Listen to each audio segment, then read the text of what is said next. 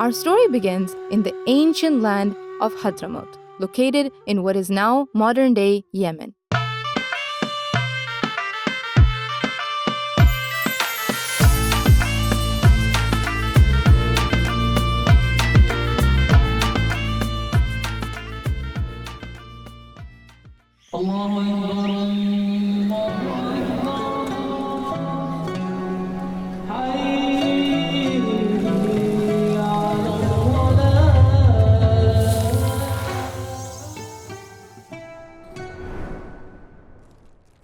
Hello, everyone, and welcome back to Southern Insights.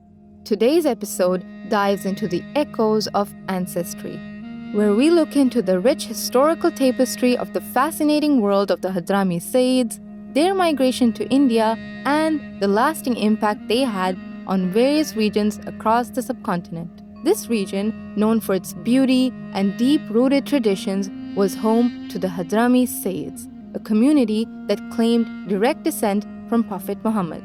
His descendants and his followers imitated the model of Hijra by migrating into far lands with the message of God. Distinguished by their spiritual and intellectual prowess, the Hadhrami Sayyids revered for their piety, scholarship, and dedication to the principles of Islam. But as they were faced with economic challenges, they sought opportunities for religious and cultural expansion, and many members of this community embarked on journeys that would take them across the Indian Ocean to distant lands such as East Africa, Southeast Asia, and India.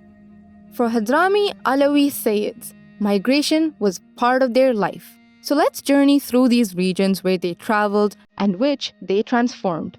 Starting with Delhi, the heart of the Mughal Empire. The Hadhrami Sayyids made their mark here with the establishment of Arab Ki Sarai, or the Arab Palace.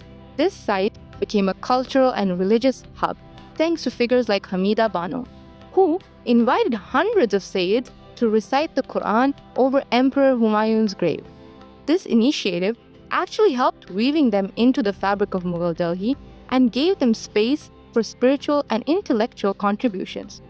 One other notable figure was Sayyid Abdullah Bafaqih. As Amir Munshi, commander of the secretaries, and a respected alim, he played a crucial role in shaping judicial discourse and religious scholarship in the region. Despite the decline of Arabic as a primary language, Sayyid Abdullah upheld the traditions of his ancestors and preserved their cultural heritage.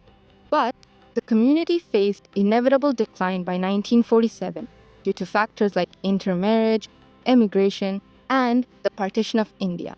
Yet the legacy of the Hadhrami Sayyids, particularly individuals like Sayyid Abdullah, continues to influence Delhi's cultural landscape today. Now, moving west to Gujarat, the Hadhrami Sayyids found a new home in cities like Ahmedabad and Surat. Their strategic location and familiarity with the region facilitated their settlement. Here, prominent figures like Sheikh Abdullah ibn Sheikh al-Aidarus and his son Muhi al-Din Abdul Qadir al-Aidarus flourished. These scholars contributed significant literary works and they engaged closely with the local rulers, earning respect and reverence. The tombs of these eminent figures remained revered sites and they serve as enduring symbols of the Hadhrami Sayyids' influence in Gujarat. When traveling southward to the Deccan region, we find the Hadhrami Sayyids establishing themselves in places like Ahmednagar, Bijapur, and Belgaum. Figures such as Sheikh Abdullah Habib al-Aidarus and Sayyid Umar Aidarus Bashiban made notable contributions in this region with education, medicine, and religious leadership. They established madrasas to promote the study of classic Islamic sciences and also centers for training scholars. Sheikh Abdullah Habib al-Aidarus actually introduced medical practices based on traditional Islamic knowledge, integrating herbal and holistic remedies. The Hadhrami Sayyids also established enduring spiritual lineages, with their tombs becoming sites of pilgrimage and reverence. By the 19th century, Hyderabad had become a desirable destination for the Hadhrami Sayyids. They achieved distinction in various fields, including military service and Islamic studies. Most Hadhrami Arabs came to Hyderabad to work as soldiers in the Nizam's military irregular forces, in private militias, or as jamadars, meaning tax collectors. They also occupied high-ranking military positions as officers in the Hyderabad army. A distinct group called the Chaush, an Ottoman Turkish word that denotes a junior military rank, still lives in Hyderabad. Today in the city, we see Chaush neighborhoods in which the names of shops, hospitals, and schools announce the Sayyid community's claim on the space. Restaurants serving mandi and kahwa line all the main streets. The Sayyids from Hadhramaut held significant positions within the Indian Muslim communities, contributing to educational institutions, literary works, and spiritual lineages that continue to influence the region. Their roles as advisors, scholars, and leaders underscored their ability to adapt to changing socio-political landscapes while maintaining their commitment to their ancestral traditions. Let's not forget Malabar, Kerala, where the Hadhrami Sayyids continued their tradition of religious leadership and scholarship. The recorded history of Malabar explains the first arrival of Hadhrami Sayyids in 1766, as Zamorin of Calicut warmly welcomed Sayyid Sheikh Jifri, who was a great scholar of Qadariya Sufi silsila. The Sayyids often have been called in the indigenous language of Malayalam as Tangals. This is the term that literally assumes the honor to the people with this sacred lineage from the Prophet. So, Malabar Muslims, as well as non Muslim rulers of Kerala, received them very happily, and in most cases, they were gifted lands and houses. Many also rose to fame through their leadership qualities, as many of them were big scholars, sheikhs, or murids of Sufi tariqas.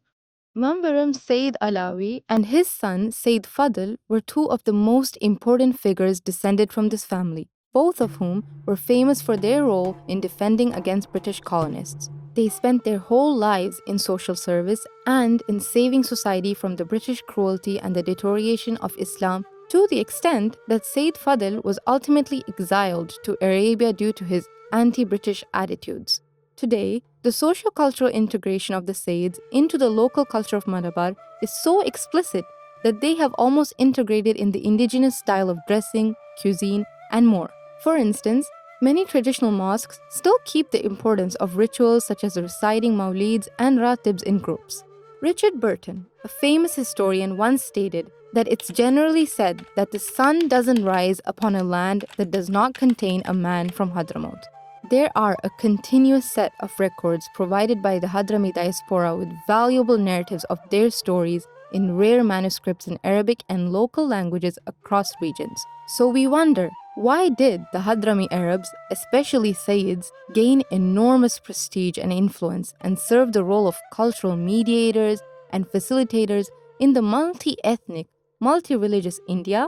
The Hadramis differed from their European counterparts in how they engaged the area.